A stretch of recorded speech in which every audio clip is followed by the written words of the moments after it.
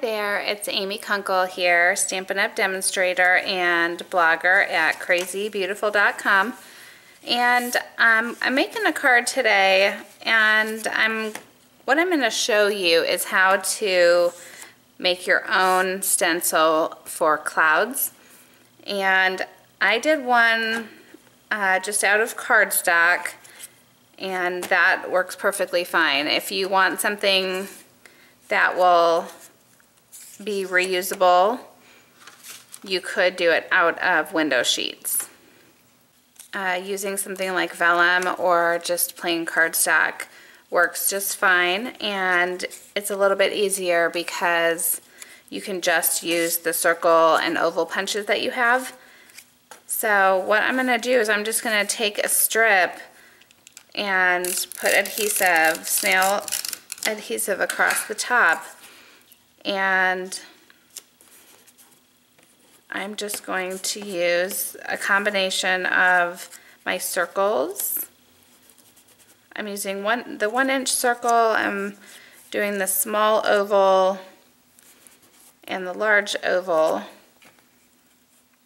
And when you're putting these on, you want a little bit of a variety of height here. So I'm going to go up a little bit higher,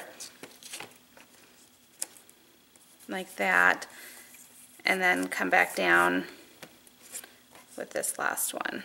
Okay, and you want to make sure you cover the straight line. You don't want it to come down and leave a straight line here in your cloud. So if you can envision this, that will be my cloud right there. And that's really all it is going to take here to do a stencil. So let me show you how I'm using it. I'm going to start on the top and work my way down. So with my Pool Party ink, I am just going to start like this. If you typically sort of go back and forth, so like the clouds will kind of go down like that, I'm going to just add my ink and just pull it up.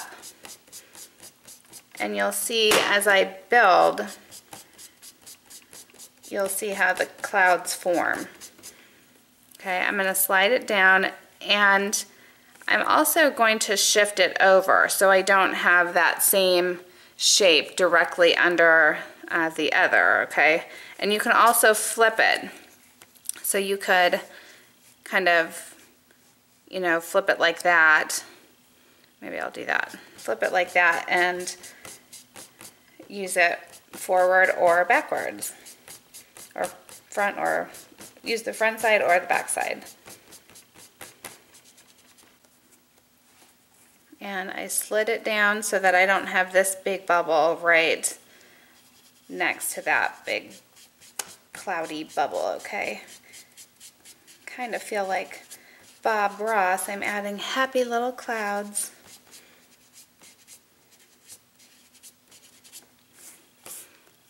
And there you go. I think I might just have these kind of running off the bottom of my page here.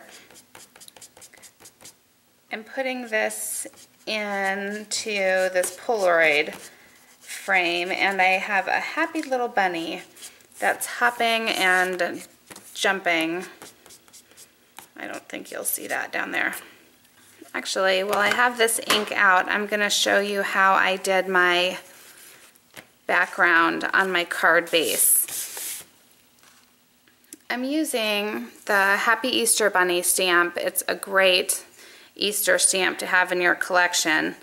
But what I really just want is some of this really pretty filigree. And so I'm gonna just kind of stamp that edge and use it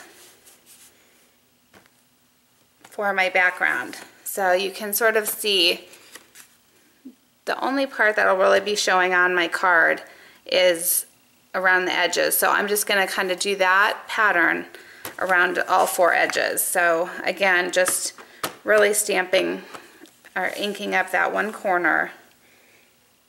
Feel free to fill it in if you've maybe missed a little edge.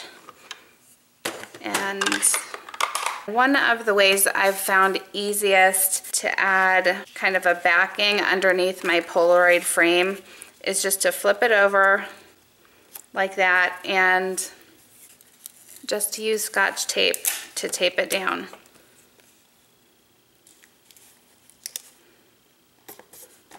Okay, so if you want, you could stick little glue dots under the edges, but it really doesn't need that. I think you can just put a tiny little piece of tape behind there and get all of the edges sealed down. And if you have any showing, you can really trim it off really easily with your paper snips. So that's going to be my card base. I stamped my Happy Easter Bunny a couple of times onto Whisper White, and I'm using my StazOn ink. And I'm really doing that because I'm going to color it with my Stampin' Write markers. So I'm going to cut out this bunny, and I'm going to cut out some of the big Easter eggs, okay? And I'm going to cut out some of the big Easter eggs. And before I do that, I'm just going to add a tiny bit of color. And there I have my cut out bunny and my eggs. And I'm just going to stamp my little greeting here. I have a piece of Whisper White that's about 3/8 of an inch. It's a little bit smaller than my usual banner. And I really just wanted this to be nice and tight on my hippity hop. I'm actually just stamping a couple times till I get one that I really like. I did this trick the other day, but this is typically how I cut my little banners. Is my banner punch, I stick it in the top and pop that little banner off. I'm going to just finish this card off by adding a little bit of the embellishments. These, the pom-pom trim is super cute, and a little bit of twine. Kind of have to maneuver them in here. And you could staple it onto there at the same time, but you could kind of see it was already a little bit of a handful. So it's probably just going to be easier to use a glue dot and adhere that right to there. And let me just show you real quick how this card comes together. Now, I think you know I like to cut my dimensionals up, and for this card, because I've got these little eggs, I am just using the tiniest little piece of a dimensional because I want all of my bunny to have dimensionals on the back of him. So I'm going to put a little bit on each, as many parts and pieces of him as I can get. So we'll go with that for now and see how that works on the card, okay? Alright, this is my happy little Easter bunny jumping up and tossing his eggs all around. I'm going to set him off to the side a little bit there, and I'm going to just put his eggs up here in the air. I'm going to trim this off a tiny bit just because I could see it from the front. There you go, and this will go on with either a dimensional or my glue dots. I hope you liked this fun Easter themed card and my DIY stencil. Give me a thumbs up and subscribe to my channel. I would really appreciate it. Thanks so much. Bye.